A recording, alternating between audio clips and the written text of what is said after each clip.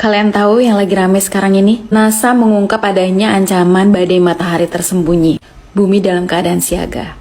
Dan apakah ini merupakan alasan dari 15 miliarder di dunia ini termasuk Mark Zuckerberg yang merupakan CEO dari Facebook membuat bunker-bunker raksasa untuk menyelamatkan diri dari kiamat? Satelit Solar Dynamic Observatory atau SDO yang dioperasikan oleh NASA pada tanggal 10 Januari 2024, SDO ini mengamati adanya semburan plasma besar yang ada di bagian belakang matahari.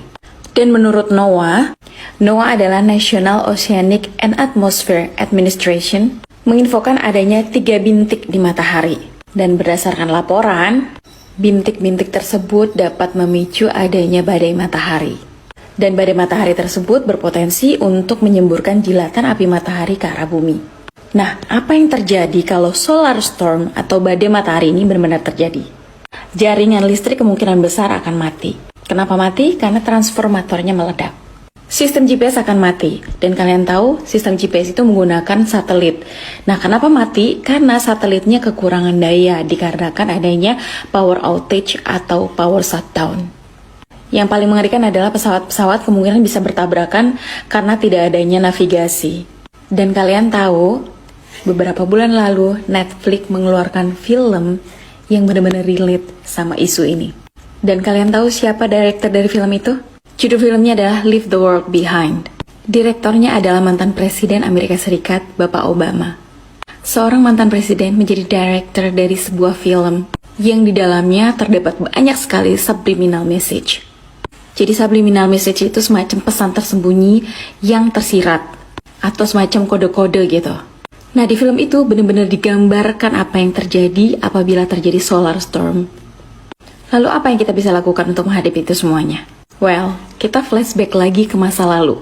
Untuk generasi baby boomer sampai milenial, mungkin dari kalian ada yang pernah tinggal di desa terpencil. Intinya jauh dari kehidupan kota. Kemungkinan besar untuk generasi yang tadi saya sebutkan tidak terpengaruh oleh adanya isu ini. Kenapa? Karena pada era baby boomer sampai milenial ini, terutama yang pernah tinggal di daerah terpencil, mereka pernah merasakan sekali yang namanya hidup tanpa listrik dan internet. Nah, dikarenakan power shutdown, maka jaringan internet akan mati. Dan apa yang akan terjadi? Transaksi mobile banking atau perbankan akan terganggu atau mungkin bisa shutdown. Artinya, uang cash adalah solusinya. Di era sekarang ini, di mana orang-orang belanja atau bertransaksi dengan menggunakan QRIS atau scan barcode atau e-money, semuanya cashless. Nah, ada baiknya untuk kita menyimpan uang cash. Dan untuk penerangan, bisa menggunakan lentera atau kalau di bahasa Jawa namanya ada dimartintir.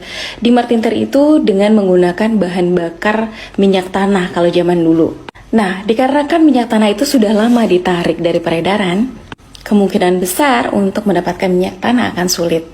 Jadi, diperlukan sumber energi lain.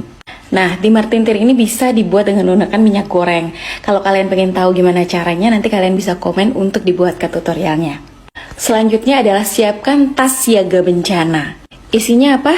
Peralatan daya sederhana, makanan siap saji, obat-obatan, dan pakaian cadangan.